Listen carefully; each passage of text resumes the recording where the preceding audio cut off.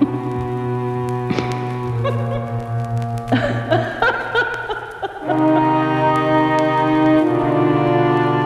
and welcome to Roll for Sanity, where we become mythos investigators to battle evil in tabletop role-playing adventures. Today, we're going to create a character for the Regency Cthulhu era for Call of Cthulhu role-playing game 7th edition by Chaosium.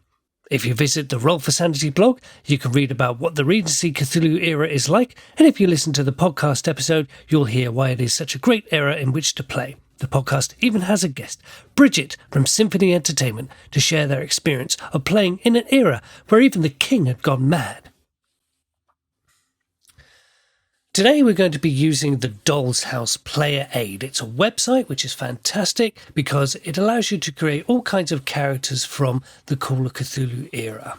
Here we are at the home page. The options to create your character are displayed at the top, and we're going to go for the classic dice roll method. Personal attributes. Give that a click and it generates our statistics for us. Goodness me. So the one that immediately leaps out for us here is the Constitution roll.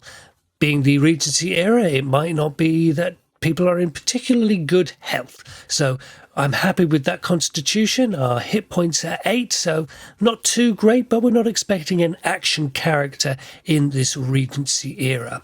Our strength is fairly good. Our power is just above average. Our intelligence is okay, but our education, 80. That's going to be very nice. The benefit of using the Doll's House is it generates all these values for us. We don't need to roll. That luck is very, very low. I think we've rolled 3 ones there. But we have hit points of 8, magic points of 11, build of 0, damage bonus none, but we have a good amount of personal interest skills. We could be tempted to roll again, and if we were playing a different era, we could apply a skills package. But let's go over to the second column, where it's going to ask us what particular kind of era we want to investigate in. We're going to say the Regency era, and we want to cap our skills at 75%.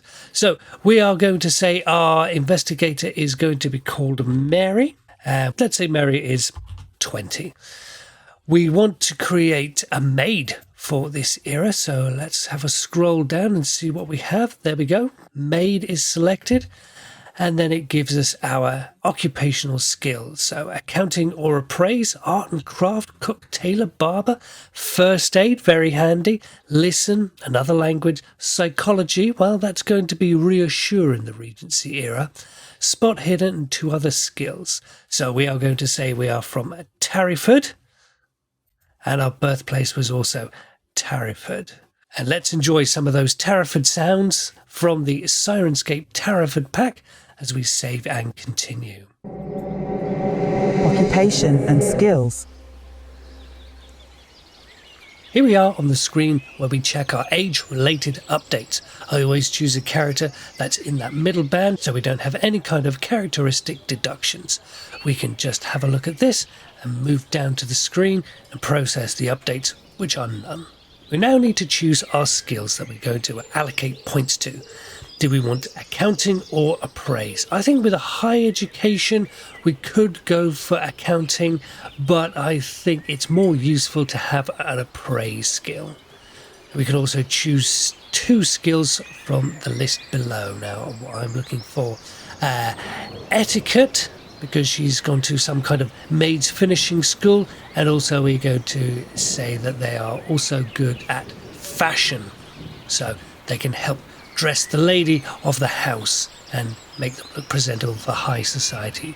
We're going to go ahead and look at our cash and assets at the moment. Not great, but remember we're going to bump up our credit rating and reputation a little bit later on. So we go ahead and save that and move on to the next screen. We have a great amount of occupational skills to spend, so the first thing we're going to max out as much as we can is credit rating. After credit rating, we're going to try and max out our etiquette skill, because etiquette plus credit rating equals a good reputation. As you can see, the reputation is slowly going up there. If we push this all the way up as high as we possibly can, I think we can go to about 75. we've still got a good amount of points to spend. Now, we need to address our occupation of fashion. I think we can put a good 60 or so into the fashion. So Mary is a very good maid to know who can dress you and also looks very presentable herself. We're going to throw some points into our first aid to bring that up to at least 50. We're also going to add it in listen to 50. I don't think, even though we have a good education here, I don't think Mary's going to need another language. Now, we're going to say this psychology skill is going to be a reassure. So Mary wants to be a very reassuring and calming influence. So we're going to put that up to at least 60%. Yes, I think a little extra click there. I think that makes sense. And also the spot hidden can also go up to at least 60%. We've got 30 points of skills to put into something, so I think we're going to say we're going to have drawing, a useful investigator skill to have in the days before photography. We're going to add another, well, the remaining points of that. Maybe we can add a few extra points to that in our personal skill. Personal interest skills. So we can see we're fairly well off. Our reputation will update on the next screen once we go ahead and press save. So you can see our reputation has gone up to 57. That's a very respectable reputation to have. We can now move down to our personal interest point. Now remember, we are playing Call of Cthulhu, so we need to pick those investigator skills. Whilst Mary certainly isn't going to be doing any kind of fighting, we can give her a good chance of dodging anything that comes her way. We also want to have a little bit extra in listen to make Mary a good listener, and also we're going to have some skills for some stealth points in here. So let's put that up to 50%. We've got 25 skill points left. Let's just have a quick look through and see if there's anything extra we can give Mary to help her. Plenty of fashion, plenty of etiquette. She could do with some charm. Having a look, I think those last 25 points are going to be used to bolster up Mary's charm skill. Only 40%. Well, there we go. The doll's house is telling us we can only spend our remaining points. So that is fine there.